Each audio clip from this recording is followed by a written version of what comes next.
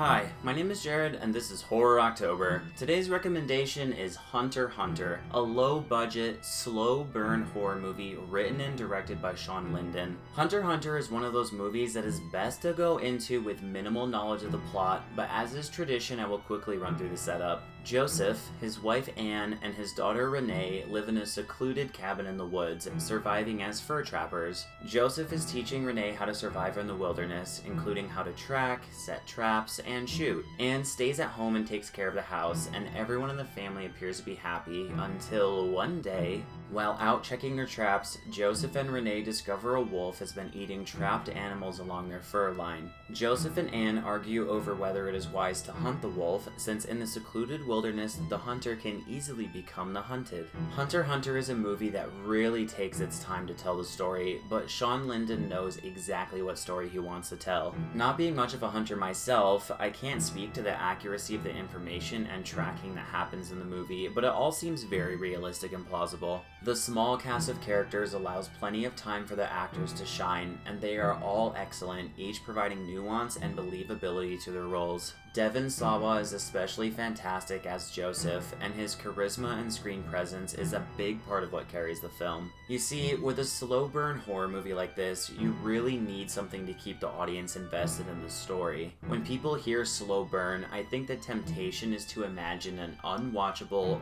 boring movie where characters sit around and nothing happens. Hunter x Hunter could have easily fell into that trap, but manages to dodge those landmines and ends up remaining interesting from start to finish. I highly encourage you to stick with this movie, as some of you may be wondering why this is even considered a horror movie for the first 35 to 45 minutes or so, but trust me, you'll know by the end. Hunter x Hunter utilizes the quiet serenity of the forest as a backdrop for horrific violence, with several scenes that had me grimacing and looking away. Quite the feat for a man who has sat through Martyrs 3 times. Overall, Hunter x Hunter is a good movie to check out for Horror October for many reasons, between the well-framed landscape shots to the strong performances to the grisly, visceral ending. There's no better time than October to remind yourself that horror can be lurking around any corner, any tree, or within any person. Alright, and that wraps up my recommendation for day number 9 of Horror October, and check back in tomorrow for a movie about how not all ghost stories are a fabrication, especially certain hotels.